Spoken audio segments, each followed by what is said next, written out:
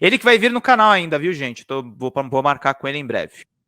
9 vezes. Eu fui para lá não só para fazer esporte, mas também uma das coisas mais originais, a primeira coisa que o Catar fez de original a nível mundial foi a criação de uma televisão chamada Al Jazeera, que foi a primeira televisão do mundo árabe, que é um mundo basicamente de ditaduras, que tinha um jornalismo mais aberto e que cobria guerras e que dava realmente voz às pessoas de oposição que tinham que ter fugido desses países. Sim. Então, foi assim que o Catar apareceu. Isso estamos falando em 2001, logo depois do 11 de setembro, que foi a primeira vez que apareceu realmente, né, 21 anos aí, essa coisa de uma televisão de um lugar chamado Catar, entendeu? E aí eu encontrei o Al Jazeera depois nas guerras, em coberturas aí de esporte também, foi crescendo.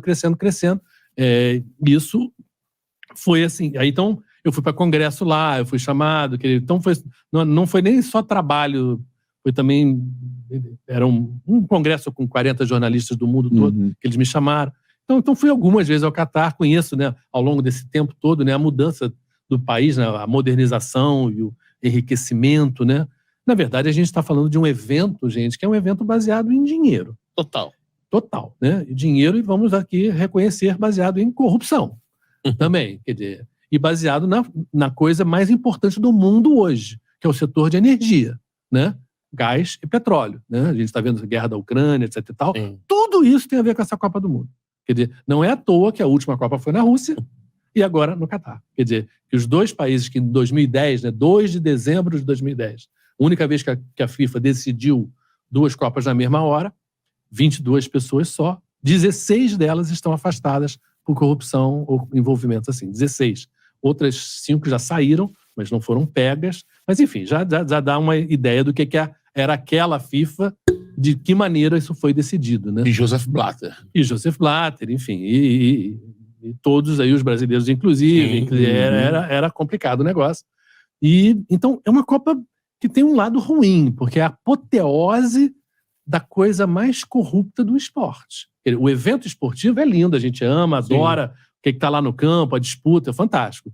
Mas, assim, como aquilo se deu, como aquilo se dá, né? Como ainda funciona, você vê hoje, notícia de hoje, né? Como eles renegaram um contrato que estava feito. Um dos patrocinadores da FIFA é uma fabricante de cerveja americana, né? Da Budweiser. Isso. E eles, em cima da hora agora, 2 dias da abertura, disseram, não pode vender cerveja nas imediações dos estádios. E nem dentro, nem dentro, nem fora. Não, só vai ter na FanFest. E nos hotéis e nos bares. Mas não vai ter mais perto dos estádios. Poxa, é um contrato de 75 milhões de dólares que a Budweiser paga para a FIFA, e aí você fala, não. Ô, Açaí, eu falei que eu estava te vendendo, mas não estou te vendendo. Pô, isso não pode, né? Você vendeu, você se comprometeu, você tem que entregar. Agora é um problema. Agora, o Catar hoje está muito grande, porque exatamente por causa da guerra da Ucrânia, o gás que vai aquecer esse inverno europeu todo, que vinha da Rússia, agora não vem mais da Rússia. Estão tendo que comprar de vários lugares, inclusive do Catar. Então o Catar hoje não está aturando mais críticas, entendeu? Porque ele sabe que também, em cima da hora, a FIFA e o mundo todo vão ter que entubar. Caramba, por causa desse poderio que tem em relação à guerra da Ucrânia. Olha que você vê que futebol, política, geopolítica, é tudo junto, tudo no bolo. Tudo junto. E você que foi 9 vezes lá, eu acredito que pra gente saiu essa notícia agora, e você falou do contrato e tal. Tipo, e tem muita gente que tá indo pra lá e foi pego de surpresa. Já tá falando 2 dias da Copa, né? Tá rolando já um cri-cri até no lugar que pode vender, porque você tem limite de cerveja pra comprar. E o preço? Tá, acho falando de R$75. R$75. 12 euros. Um copinho desse de cerveja. Meu Deus do céu. Mas você já sabia que isso ia acontecer? Cara, eu já desconfiava, porque o mundo islâmico não permite a bebida alcoólica, né? Quer dizer, e o Catar, ele fica, se você olhar no mapa, gente, o Catar, ele fica uma penínsulazinha que fica grudada na Arábia Saudita, e do outro lado do Golfo Pérsico, né, fica o Irã. A Arábia Saudita é onde fica Meca, é o principal país para os sunitas, né, que é uma parte dos muçulmanos. E o Irã é o principal país dos xiitas. Os 2 países, a questão da religião, é muito forte. O Irã, por causa dos ayatolás, né, que é um regime, uma teocracia, quer dizer, mandam os religiosos. E o Arábia Saudita, por causa de Meca e de Medina, etc. e tal, também é uma coisa da religião muito forte. O Catar fica ali se equilibrando no meio. Então a questão da religião, ele não pode dizer que ele não tem problema nenhum. Peraí, os vizinhos são maiores, mais poderosos, mais populosos, e ele está ali no meio. Essa Copa, na verdade, o Catar faz isso tudo como uma forma de um seguro para não ser atacado. O Catar se transforma num país conhecido no mundo com uma tentativa de não ser invadido, absorvido. A maior base militar dos Estados Unidos no Oriente Médio, desde a Guerra do Iraque, que eu fiz em 2003, é no Catar. As ordens do que estava acontecendo no Iraque vinham do Catar. Washington, depois Catar, depois lá. É uma base que se chama Al-Udeid, que existe até hoje. Você pode imaginar o Oriente Médio como é importante por causa do petróleo. A principal base militar americana, que controla isso tudo, fica no Catar. E isso tem a ver a Copa do Mundo, como tudo que eles compraram, o PSG, né? Sim. Tudo que eles compraram em Londres, tudo que eles compraram em Paris, na Alemanha, toda essa força econômica se dá como uma forma de, olha, a gente não pode mais ser atacado porque nós temos amigos muito poderosos. E a Copa do Mundo coroa esse movimento todo de você tentar se tornar um país que mundialmente é conhecido e protegido pelos amigos para não ser invadido pelos vizinhos. Cara, que interessante isso. Então, toda essa, né, esse movimento que o Catar faz De no mundo de expansão. expansão, né, de atrair até imigrantes, né? Sim. É exatamente por isso. Mas eu queria que você falasse um pouco mais sobre o governo lá. Como é que é? Ditadura? O que acontece lá? Se você pensar bem, o Catar é problemático sobre todos os aspectos. Politicamente, a gente está vendo uma coisa de idade média, né? A gente vê nos nossos livrinhos que a gente lê para os filhos, né? Princesinha, príncipezinho, rei, rainha. Isso é coisa que não existe. Não existe há muito tempo. Né? Quer dizer, que mandando, né? Claro que a rainha da Inglaterra morreu outro dia, ok? Da Grã-Bretanha. Mas era uma rainha que servia como no lado cerimonial. Ela não tinha nenhum poder. O rei da Arábia Saudita manda. O emir, né? Que seria o equivalente ao rei do Catar, manda. A decisão é dele, né? E, portanto, depois o filho dele manda. Quer dizer, é um absurdo, né? Você imaginar que, por exemplo, que o filho do Bolsonaro fosse mandar porque é filho do Bolsonaro. Quer dizer, é ridículo. O cara tem que ser eleito, sabe? Isso é o normal, né? Uma família, até porque o fato do seu pai ser genial numa coisa não significa que você será também. Senão o Pelé teria o Edinho e os outros filhos dele. Pô, todo mundo era a seleção brasileira. Todo mundo melhor do mundo. Isso não existe. Quer dizer, e não existe em nenhuma área do mundo. Um filho de um cientista não será um ótimo cientista. Não tem nada a ver. Mas lá continua uma coisa muito arcaica, muito antiga, de você ter família real e que, de fato, tem o poder. E esse poder é ditatorial. Então, por mais que eu tenha falado de Al Jazeera, de ser uma televisão mais aberta, isso é um jornalismo que falava dos outros. Internamente, não. Internamente, nunca se questionou o poder dessa família real. Agora, é importante as pessoas saberem que, quando a gente fala de Catar de população, né, quase beirando 3 milhões de pessoas, os catares mesmo são 300 mil pessoas, só. 300 mil pessoas. Estamos falando ali um pouquinho. Uma Copacabana junta com uma Niterói ali, é isso.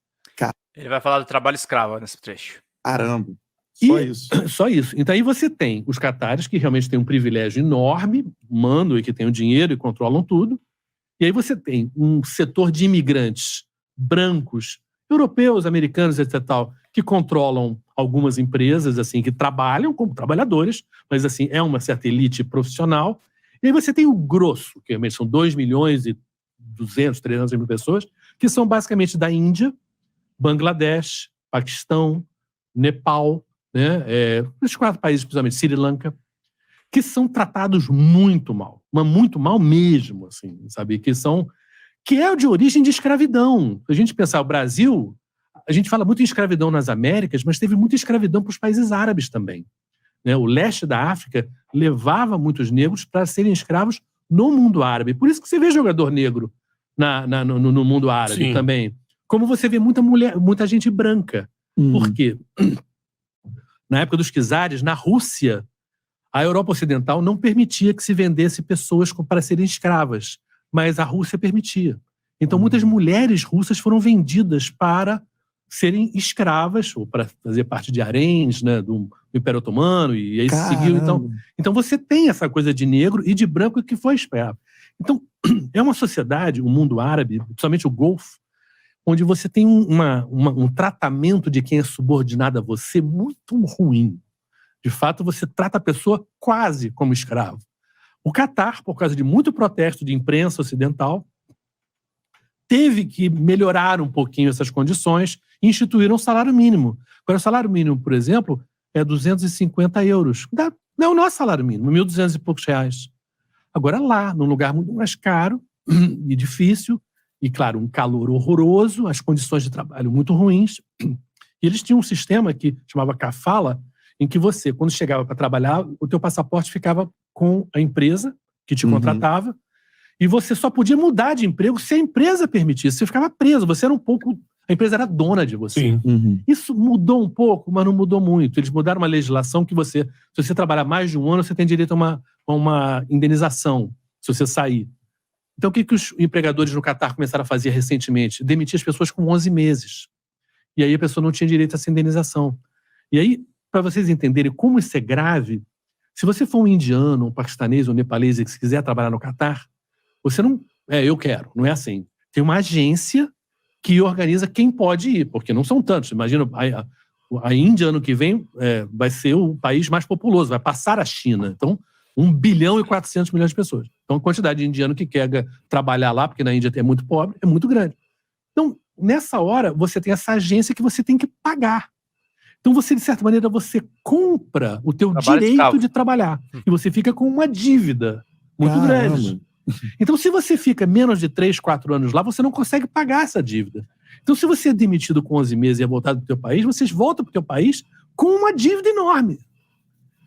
E isso está acontecendo, entendeu? Muita gente que trabalhou para essas obras foram demitidas assim de uma hora para outra e voltaram com dívidas enormes. País de origem. Esse foi o corte do Marcos, nosso querido Marcos Uchoa, lá no Charla Podcast. Gente, foi boa a live hoje. Pena que a gente ainda não chegou na nossa meta de R$50. Vocês podem contribuir no recurso Valeu Demais, que fica disponibilizado depois do fim da live aqui. É importante financiar o nosso jornalismo progressista. Muita gente assistindo hoje a live, quase 200 pessoas simultaneamente. É claro, o pessoal gosta de ver aqui o que a gente vai falar sobre a Carla Zambelli. Vida longa e próspera, galera. Bom dia para todo mundo. Bom café para quem ainda não tomou café, gente. Até mais. Tchau, tchau.